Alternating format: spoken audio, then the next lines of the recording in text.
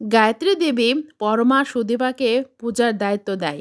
তারপরে সুদীপাকে বলে, তুমি অসুস্থ তো, তুমি এখন চলে যাও রেস্টে।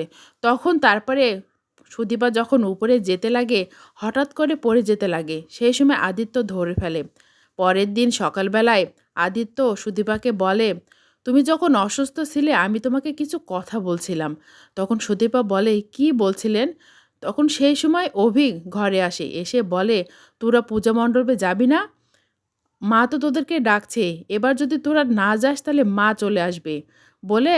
এদিকে এদিকে অগ্র পরমার দিকে এক দৃষ্টিতে তাকিয়ে থাকে। পরমা তখন বলে, কি দেখছো?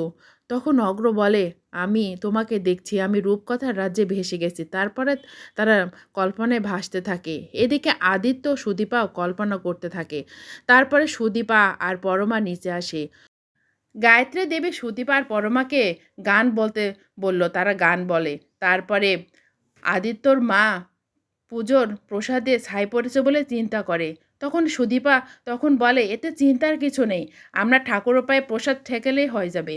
তারপরে এদিকে অনির্বাণ আসে। অনির্বাণ এসে সুদীপাকে বলে, তোমার পূজা করার কোনো যোগ্যতা নেই, তুমি আমার ভাইকে ঠকিয়েছো। তখন একথা শুনে গায়ত্রী দেবী বলে, তুমি কি বলছো? তখন অনির্বাণ বলে, দেখো এই ছবিগুলো। তখন সুদীপার আর রিদমের ছবিগুলো দেখায়। তখন এটা দেখে সবাই বলে, কি তুমি এটা কি সত্যি? তখন পরমা বলে, সুদীপা তুমি কিছু বলছো না কেন? তখন সুদীপা বলে, আমার কিছু বলার নেই।